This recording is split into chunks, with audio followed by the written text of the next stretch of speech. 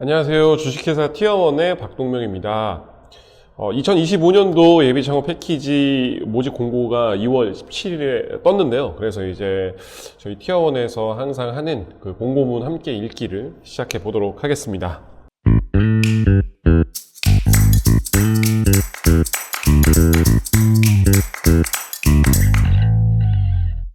공고문 읽을 때 가장 중요한 것 중에 하나는 사업 목적을 봐야 되는 거예요. 그러니까 이 사업이 왜 여러분에게 이런 돈을 지원을 하는지를 먼저 봐야 되는데, 그래서 사업 목적을 딱 보면 뭐가 핵심인지가 딱 나와요. 사업 목적을 반드시 잘 읽으셔야 되고, 사업 목적 지금 한번 볼까요? 혁신적인 기술하고 사업 모델을 보유한 사람을 지원해 주겠다는 거예요. 두 가지입니다. 혁신적인 기술, 그리고 두 번째는 사업 모델. 그 사람들에게 지원을 해서 결국에 정부가 얻고 싶은 건 뭐예요? 양질의 일자리를 창출하는 겁니다. 이게 이 사업을 실시하는 목적이에요. 그럼 여러분들은 이제 이 사업 계획서에 어떤 내용을 담아야 돼요? 내가 혁신적인 기술에 대한 아이디어나 또 이거를 수행할 수 있는 능력이 있다. 그 기술을 이용해서 돈을 벌 수 있다. 돈을 벌 수 있는 능력이 있다는 걸 보여줘야 됩니다. 그걸 통해서 여러분들이 양질의 일자리를 창출하겠다. 고용을 증진시키겠다. 이 세 가지, 이 큰 세 가지 골자가 사업계획서 안에 녹아 들어가야 돼요. 자, 지원 대상은 예비 창업자입니다. 그러니까 기창업자들은 안 되고, 기창업자들이 이제 초기 창업 패키지나 다른 이제 사업, 창업화 지원 사업으로 넘어가시면 되고, 지금은 창업을 하지 않은 예비 창업자가 대상이 됩니다. 그 다음에 이제 지원 내용은 사업화 자금 그리고 창업 프로그램을 지원을 하는데요. 보통 한 5천만 원 정도 1인당 지원을 해주고요. 창업 프로그램은 이제 주간 기간마다 뭐 다르지만 그래도 어떤 BM 고도화 한다든지 멘토링을 해준다든지 이런 교육들을 해줍니다. 뭐 재무 교육이라든지 세금 교육 이런 것까지도 다 지원을 해주고 있어요. 그러니까 사업을 하는데 필요한 어떤 역량들을 키워주게 됩니다. 그 다음에 보셔야 될 거는 협약 기간이에요. 협약이라는 거는 이제 그 주간 기간하고 이제 예비 창업자분 둘이 이제 계약을 맺는 거예요. 어떤 계약을 하냐면 뭐 사업자도 내겠다. 자금을 주는 대신 열심히 해서 제품 개발에 최선을 다하겠다. 그리고 8개월 동안 열심히 하겠다. 이런 내용의 협약서에다가 여러분들이 이제 날인을 하시고 사인하시고 하는 그 시기가 한 5월 정도가 될 텐데 그때부터 한 8개월 정도 협약 기간이에요. 거의 한 12월 정도까지 협약을 진행하신다고 보면 됩니다. 선정 규모는 총 780명 내외예요. 작년은 한 930명 정도 됐었습니다. 그러니까 한 150명 정도를 이제 덜 뽑게 되는 거죠. 이게 좀 약간 규모가 줄어들었어요. 여러분들이 이제 인지하시면 좋을 것 같습니다. 지원 내용을 좀 자세히 보면 여기가 이제 2024년이랑 좀 바뀐 부분들이 있어요. 사업화 자금은 0.5억 원 정도 지원을 하는데 예전에는 그냥 한 번에 0.5억 원, 그러니까 5천만 원을 지원을 했어요. 근데 지금은 올해 처음 이렇게 된 건데, 그래서 저도 아직 이 부분에 대해서 문의도 하고 했지만 아직 답변이 오지 않았습니다. 일단 1단계에 2천만 원 내외를 지원을 해줘요. 그리고 이게 1단계에는 MVP라 그래서 최소 기능 제품 정도까지를 만들 수 있게 지원을 해주고요. 그 다음 2단계가 이제 나머지 금액을 이제 지원을 하는데 여기는 한 4천만 원 내외라고 써 있습니다. 1단계가 끝나고 일종의 평가를 어느 정도 한 다음에 진척도나 이런 걸 평가를 한 다음에 2단계 때 지원을 해주는 그런 형식으로 바뀌었어요. 예전에는 그냥 한 번에 지급을 했다면 지금은 두 번으로 나눠서 하고 중간에 어떤 평가가 있는 것 같습니다. 이 부분에 대해서 이제 이야기할 게 많아질 것 같은데 아직 정확한 내용은 없기 때문에 제가 이거는 업데이트 되는 대로 설명을 드리도록 할게요. 일단 알고 계셔야 되는 거는 1단계 2천만 원, 2단계 4천만 원 내외를 단계별로 지급한다는 거 알고 계시면 될 것 같습니다. 그리고 창업 프로그램도 이런 지원을 한다 이런 거 알고 계시면 되고요. 신청 자격은 아까 보셨다시피 예비 창업자면 되고요.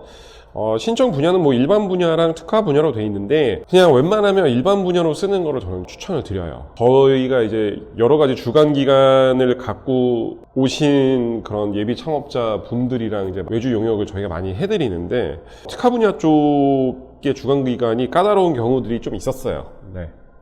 그래서 일단 선정되시는 것도 중요하지만 선정되고 나서 이제 사업비를 집행하거나 사업을 운영하시는데 좀 수월한 그런 주간기간이라 하는 것도 중요하거든요. 그래서 저는 일반 분야로 하시는 거를 이제 추천을 드리는데 근데 이제 자기가 하려고 하는 그런 제품이 정말 특화되어 있다고 생각하면 그쪽으로 가시면 돼요. 그런 게 아니라면 일반 분야를 그냥 하시는 거를 오히려 추천을 드립니다. 그 다음에 이제 보셔야 될 거는 접수 기간이에요. 이제 2월 24일부터 이제 접수를 시작하고요. 그러니까 온라인으로 이제 등록을 할 수 있게 되는 거죠. 3월 12일 수요일까지고 16시까지니까 반드시 이 시간까지 염두를 해 두셔야 됩니다. 한 3주 정도 될 것 같아요. 빨리 쓰셔야 됩니다. 뭐 그때 가서 쓰시기보다는 미리 쓰셔야 돼요. 왜냐면 이제 사업계획서 내용을 좀 보시다 보면은 미리 준비하지 않으면 쓸 수 없는 항목들이 상당히 많이 있습니다. 그래서 빠르게 준비를 하시는 게 좋을 것 같습니다. 제출해야 된 서류는 뭐 사업 신청서랑 뭐 사업 계획서가 가장 중요하고, 나머지 증빙 서류는 이제 해당되시는 것만 제출하시면 됩니다. 그리고 평가 절차예요. 2024년이랑 또 바뀐 게 있습니다. 예전에는 이제 서류 평가만 진행을 해서 이제 2배수를 뽑고 그 다음에 바로 발표 평가를 들어갔었어요. 근데 새로 생긴 절차가 있습니다. 이것도 제가 처음 보기 때문에 뭘 할지 정확히는 이제 모르겠어요. 하지만 이런 게 생겼다는 거, 인큐베이팅이라는 게 생겼습니다. 그러니까 서류에서 발표가 넘어가기 전에 인큐베이팅을 하고, 일종의 인큐베이팅에서도 평가가 이루어져서 그 평가가 발표 평가 때도 영향을 미치게 되어 있습니다. 그래서 서류는 사업계획서로 하고요. 발표 평가는 대면으로 가서 30분 정도 발표를 하게 되는데, 인큐베이팅은 제가 이제 처음 봤어요. 그래서 인큐베이팅을 한번 살펴보겠습니다. 서류 평가 통과자를 대상으로 BM 구체화 교육을 한다는 거예요. 그리고 멘토링을 하게 됩니다. 그래서 교육은 집체 교육을 할 수도 있다고 해요. 일주일 이내에. 그리고 멘토링은 30분 내외면서 질의응답이 준비되어 있다고 합니다. 어떻게 진행될지 모르겠지만 이것도 일종의 평가로 봐야 될 것 같아요. 그래서 이런 것들을 사전에 인큐베이팅을 하게 된다. 예전에는 이제 사전 뭐 자격 검토 이 정도였는데 이건 하나의 더 추가된 평가라고 생각이 됩니다. 가점은 이제 받으실 수 있는 분들은 받으시면 되는데, 이제 거의 받으실 건 없을 거고, 기후테크 분야에 창업 예정인 분이 받으실 수 있는 게 조금 있습니다. 기후테크 쪽에 이제 받으실 수 있는 사업 아이템이면은 그 환경부에서 하는 에코 예창이 있거든요. 그거는 이제 보통 일반 예창보다 한 달 전에 해요. 이미 벌써 끝났는데, 기후테크 되실 분들은 일반 예창도 쓰시되 에코 예창을 먼저 도전해 보시는 게 좋아요. 저도 예전에 기후테크 분야였어서 에코를 붙고 그 다음에 이제 편한 마음으로 이제 이 일반 예창에 도전을 했었던 기억이 있습니다. 그러니까 기후테크 분야면 반드시 그 두 가지를 다 해보시는 게 좋습니다. 그러니까 서류 평가하고 사전 인큐베이팅하고 발표 평가한다는 거 이렇게 알고 계시면 될 것 같습니다. 평가 지표가 나와 있어요. 평가 지표는 이게 PSST 사업계획서 순서대로 되어 있습니다. 문제인식, 실현 가능성, 성장 전략, 팀 구성 이렇게 되어 있어요.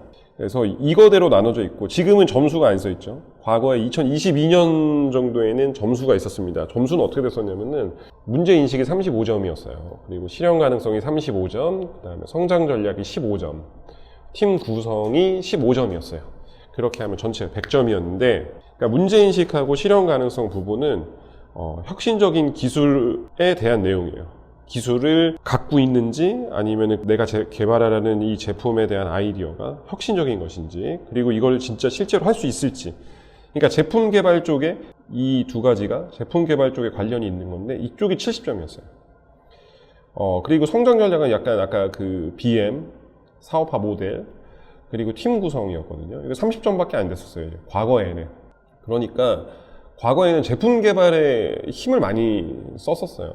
그 평가 자체가 이 사람이 그 제품을 개발할 수 있느냐에 초점이 맞춰져 있었습니다. 그래서 그 사업하고 뭐 팀 구성하고 이쪽 부분은 그냥 한 30점밖에 차지하지 않았었어요.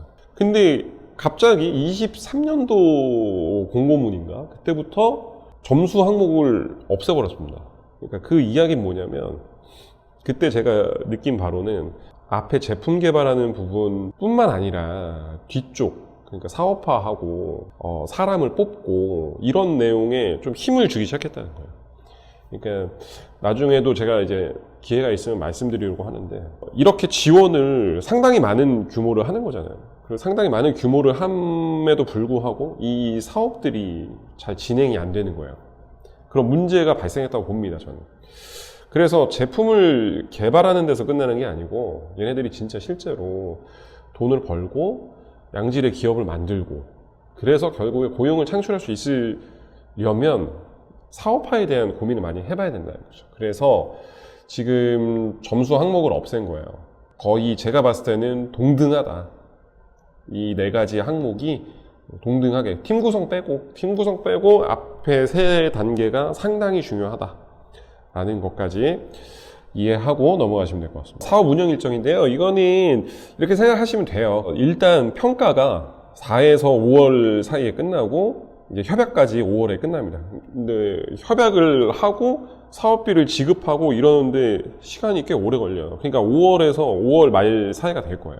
근데 5월에서 5월 말 사이에 이제 협약을 하고 이제 시작을 하려고 하는데 벌써 아까 어떤 일이 있었죠? 사업화 자금을 1단계를 지급하고 그 다음에 2단계를 지급해요. 1단계를 보통 2개월 안에 끝내야 되는데 쉽지 않아요. 그러니까 제가 봤을 때 시간이 이 사업 자체가 지금은 시간이 상당히 부족합니다. 그래서 미리미리 그러니까 사업계획서를 쓰기 전부터도 외주 용역 업체를 알아보고 만나고 이러신 분들이 많아요. 이미 그리고 시제품도 만들어 오고 해보신 분들이 많습니다. 그러니까 그 정도로 협약 기간 8개월은 정말 짧습니다. 제품 개발만 해도 짧은데 시간이. 근데 여러분들 사업자도 내셔야 되고 홈페이지도 만들으셔야 되고 여러 가지를 하셔야 돼요. 그래서 시간이 별로 없다는 거 8개월이 운영 일정들을 한번 보시다 보면은 아 이거 진짜 시간이 별로 없다. 빨리 해야 되겠다. 지금부터 움직여야 되겠다. 이런 생각 하실 수 있게 됩니다. 그리고 여러분 이제 돈 받았다고 끝이 아니고 정부에서 돈을 지원하잖아요. 그러면은 항상 평가가 있어요. 그러니까 중간 평가도 있고 최종 보고도 하셔야 되고 그냥 막 주지 않아요. 그러니까 그런 것들도 염두에 두셔야 될 것 같습니다. 그리고 이제 공고문 이제 말미에 보면은 주간 기관들이 있습니다. 주간 기관은 26군데가 있어요. 그래서 주간 기관들 예를 들면 뭐 건국대학교, 광운대학교 이렇게 기억 니은 순으로 나와 있죠. 여러분들 주간 기관도 중요해요. 사업을 이제 정부에서 다 할 수가 없으니까 주간 기관들을 놓고 이 주간 기관들에서 이제 27명, 28명씩 이렇게 그 프로젝트들을 담당하게 되는 거예요. 그래서 어떤 주간 기관으로 갈지도 여러분들 잘 정하셔야 되고 이 주간 기관별로 사업 설명회를 합니다. 그러니까 공고문 외에 주간 기관을 설명해 놓은 그 자료가 있어요. 그래서 그 자료 보시고 내가 개발하려는 그런 기술이랑 잘 맞는 주간 기관을 찾으셔가지고 그쪽을 가시면 좋아요. 그러면 제가 주간 기관이 어떻게 하는지 보여드릴게요. 자, 여러분, 이게 2025년도 예비창업 패키지 주간기간 소개 자료예요. 소개 자료가 59페이지가 넘습니다. 그러니까 주간기간 되게 중요한 거예요. 서로 오라고 난립니다. 근데 이제 한 가지 팁을 드리면 이제 서울 수도권이 더 경쟁률이 당연히 높겠죠. 사람도 많이 있고 그러다 보니까 그래서 이제 뭐 전략적으로 지방 쪽을 쓰시는 분들도 있어요. 확률을 높이기 위해서. 어디 대학교 거 한번 볼까요? 인하대학교가 있네요. 네, 인하대학교는 주요 역량이 공학 역량, 투자 역량, 뭐 네트워크 역량 이런 게 있는데 인하대는 공대가 강하죠. 그래서 공학 쪽으로 쓰실 분들 그런 분들은 인하대학교 이제 쓰시면 됩니다. 그래서 뭐 이게 광고를 엄청 해요. 창업 지원 공간도 있고 주요 지원 공간 메이커 스페이스도 있고 이러니까 와서 하세요. 이렇게 써 있습니다. 탑 엔젤 파트너스 등 8개사가 또 협력 투자를 하고 있네요. 뭐 이런 것들이 있네요.